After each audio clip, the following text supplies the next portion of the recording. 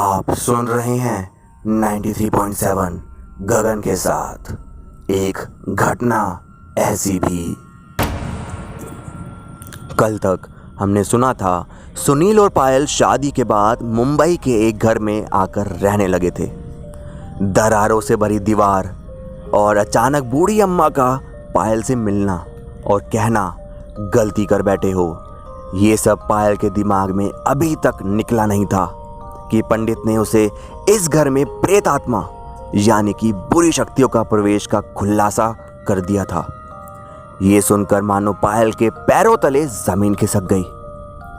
पायल का ये सब सुनने के बाद उसके लिए पल पल काटना मुश्किल होता जा रहा था। उसे चीजों का हिलना, लाइट का बार बार आना जाना और छम छम की आवाज तो मानो जैसे उसके शरीर में ही बस गई हो।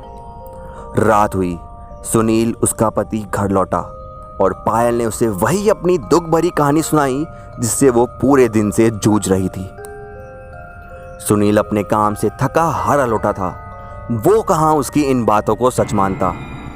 वही उसने उसका वहम बताकर नई जगह है घबराना बंद करो कहकर बात टाल दी और आराम करने चला गया। लेकिन शायद उसे इस बात का बिल्कुल अंदाजा नहीं था कि आज उसके साथ जिंदगी इस तरह मोड़ लेगी जो शायद उस चीज के साथ जीना उसके खुद के लिए मुश्किल हो जाएगा। पंडित जाते जाते पायल को ये बात बताकर गए थे कि आज अमावस्या है, आज के दिन कोई शुद्धि नहीं कर सकता, इसलिए आज रात सावधानी से हर एक कदम फूंक फूंक कर रखना, क्योंकि अमावस्या के दिन बुरी शक्तियां वो चीज हासिल करने के लिए कुछ भी कर सकती हैं जिन्हें उन चीज की तलाश हो, और इन बुरी शक्तियों को किसी की मौत की तलाश है। पायल की आंखों से नींद उड़ चुकी थी। किसी के चलने की आहट तो दीवारों पर अजीब सा साया बनना, घर की बिजली बार बार जाना, ये सब देख और महसूस कर उसके लिए आज की रात काटना हर पल मुश्किल होता जा रहा था। उसका जैसे ही दीवार पे एक छोटी सी दरार पे हाथ लगा, उसे अंदर से अजीब सा करंट लगा और सपना आंखों के सामने झलकने लगा, जिसमें एक औरत जिसका चेहरा अंधेरे की वजह से छुपा हुआ था, वो काला जादू कर रही थी। जी हाँ, काला जादू, और वो भी उसी जगह जहां सुनील और पायल का बेडरूम था।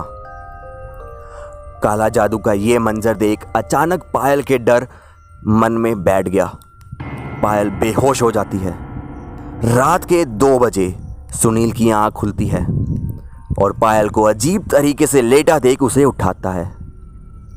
पायल का शरीर ठंडा पड़ चुका था, चेहरा पूरा लाल और बिखरे बाल। आप सुन रहे हैं 93.7 गगन के साथ। सुनील उसके लिए जैसे ही पानी लेने गया, अचानक लाइट वापस चली गई।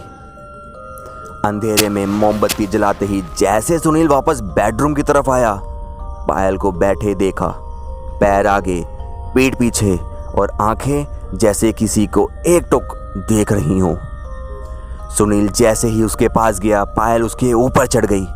अपने नाखूनों से उसका चेहरा, उसका पेट खुरचने लगी।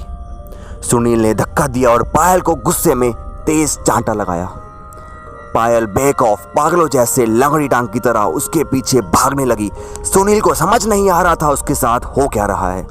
घर की दरारों से पानी सा टपकने लगा, दीवारें लाल और गीली हो चुकी थी। सुनील के लिए ये एक बुरा सपना जैसा था कि अचानक दरवाजे की ओर भागते हुए सुनील को पीछे से पायल ने इस तरह खींचा कि सुनील बेबस हो चुका था। उसने एकदम अपने को बचाने के लिए पायल को उस तरह धक्का मारा कि पायल का सिर नुकीली कील में जा घुसा और पायल की उसी समय मौत हो गई। सुनील को पायल के पास बूढ़े सफेद बाल और कुछ धागे मिले। अगली सुबह उस पर पायल के कत्ल का जुर्म लगाया गया। सुनील इन चीजों पर विश्वास नहीं किया करता था और आज उसी चीज ने उसकी जिंदगी इस तरह मोड़ दी कि सुनील अपना सब कुछ खो बैठा। परलौकिक दुनिया को शायद ही कोई पूरी तरह जान पाया हो। किसी गलत चीज को बढ़ावा देना मकसद नहीं है, लेकिन कभी कभार हमें दूसरों की बातों को समझने के लिए उन पर ध्यान जरूर देना चाहिए। शायद अगर सही समय पर पायल की बात मान ली होती तो पायल इस दुनिया से दूसरी दुनिया में प्रवेश नहीं करती।